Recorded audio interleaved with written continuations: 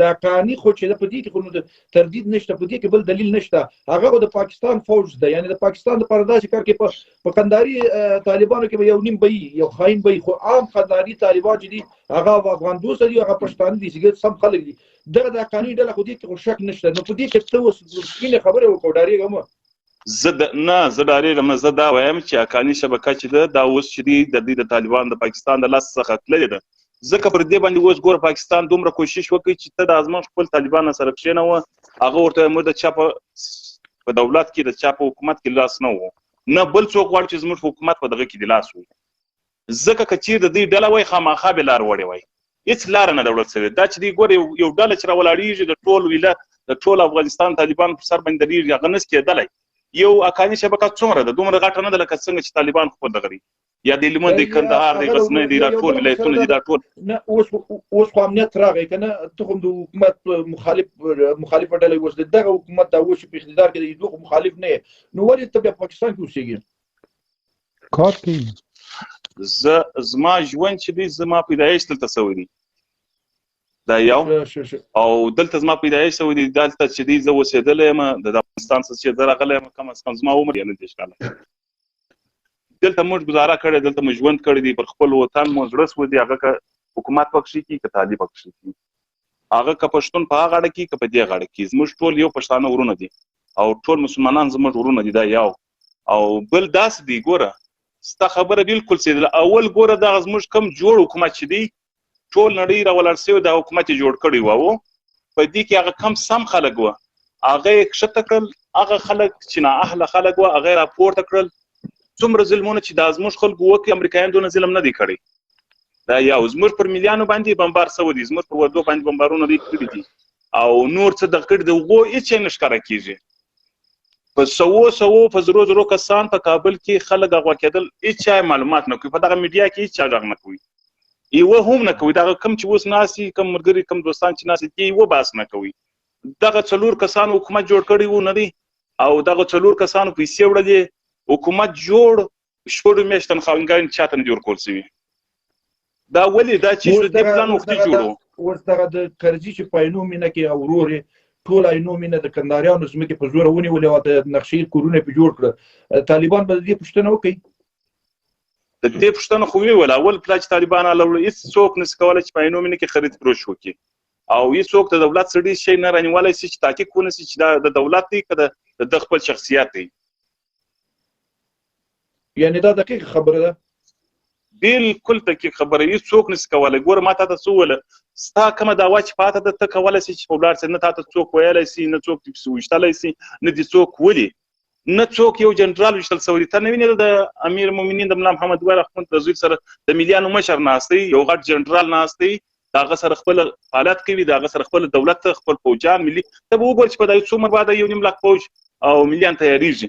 نو دا د کومې خوا ده؟ یو هم تنخوا نه ده ورکړل سوې، بیا هم دوی د سر په صدقه سره ولاړ دي. دوی وایي دا وطن ته دوی ګټمن دي، اوس په تنخوا پر باندې کې زموږ ګرده غورځي نه دی. اوس د وطن ټوله سرمایه چې وه خلک په چیش وږي سول. دا د نن څه 15 کاله 16 کاله کېږي چې دا خلک یې وږي کړي دي. غږ نو دا دی چې اوس طالبان 3 میاشتې کېږي چې راغلي دي، د ګردو غړغړې تر اسمانه رسېږي. هغه وخت چا غږ نه سوی کولی، میډیا چې وه پټه وه، اوس دونه نه کې میډیا ښکاره شي ټوله غرغړې وایي. ګوره هر چا پیسې راوړلې، دغه ملکونه ګرد راچلېدل، دا ملکونه ګرد راچلېدل، در دې 3 چنده راچلېدل. 2 کسان وړل، په کندهار کې یوه سړي وړل لکه رازق، او په جلال آباد کې بل سړي وړل، په کابل کې بل سړي وړل، په شمال کې بل سړي وړل. په مثال 28 کسان وړل، ټول افغانستان قدرت په لاس کې و، پیسې مو ووړلې. د چا څه په کور کې خرچه پاته سوې ده، هغه په کروڑو روپۍ دي، په ملیونو روپۍ دي. دا خالي ما د کور خرچه دغه چې د په کابل کې یا په ترکیه کې دغه کړي دي، یا په بل ځای کې کړي دي، په جرمني کې کړي دي، په فرانس کې کړي دي، په امریکا کې کړي دي، په دوبۍ کې کړي دي. د دې به څونه آمدن ده، څونه ګټه ده. خو زموږ ولس سره د ګرده جفا سوې ده، هر چا کړې ده. الله دې بس هدایت ورته وکړي. خدا دې هدایت نه کړي، خدا دې نیست نابود کړي، خدا دې تباه کړي. ته لا هدایت ورته غواړې؟ خو الله پاک او داسې ګوره، موږ نه غواړو چې د یو چا الله پاک چې دی هغه در مور پلار مهربان دی. یو بله خبره دا ده چې دغه د ګل اغا شیرزی او د لالی بچي دي، امیرزی لالی چې دی وختي غورځېدلی دي.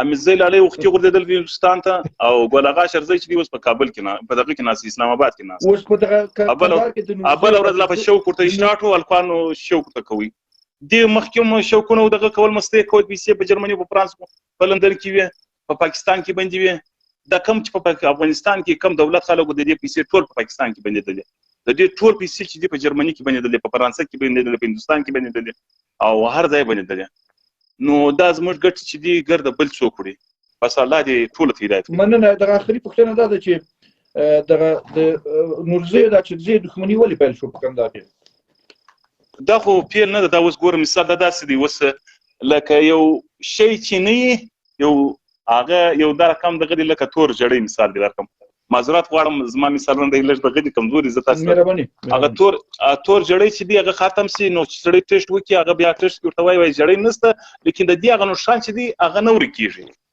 دغه بدی چې د څو وخت زمانه سره بخړه دا یو او بل چې دی راځي چې راولاړ شو په نام نورزی بیا راپورته کی التپری کی به وګرځوي د دې تعصب سره شروع اوس طالبان پر واک رااله پر خپل سر هیڅ څوک نس کولای چې څنګه راکشه د چاپلار هم نس راکشولای ګوره د کندهار د ډالول دغه بولدک ولسوالۍ د څوک ورکی په دې سر خلاصيږي سید ورکی په دې ورکی چې دا سید دی امن نورزی په پراټولي ام بچي پراټولي طالبانو پالیسي دا نه ده چې یو کوم دوه کومونه سره اخته کی هغه دا وایي چې مثال د ولس سره یو ځای سي ولس په ګټه واقعي یو در بل سره په جبه سره پوسونه دي د په خوا طالبان نه دي الحمدلله اوس ډیر معلوماتونه لري ډیر تعلیمونه کړی دي د انګلیس سبقان ویل دي په کم هر دغه کې دي سبقان ویل دي مننه عمر خیل صاحب د دې ورو خبرې خو دی واورېدلې تاسو جواب وکړه د دقیقې بعض خبرې ټولې دقیقې وي واقعیتونه دي او همداسې دي طالبانو کې ډېر ښه خلک شته وطن دوسته خلک شته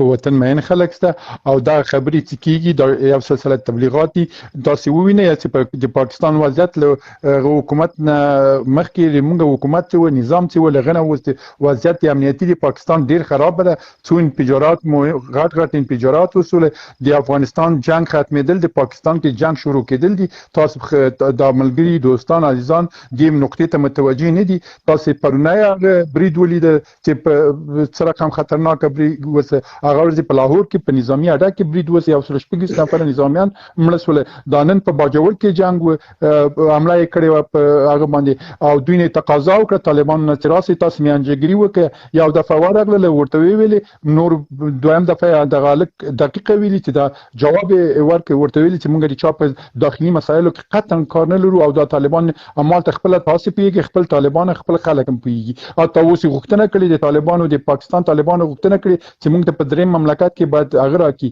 دفتر را کې داشان ورکی نو دا د خبرې ټولې دقیقې دا ورکی دقیقه خبرې وکړلې او زه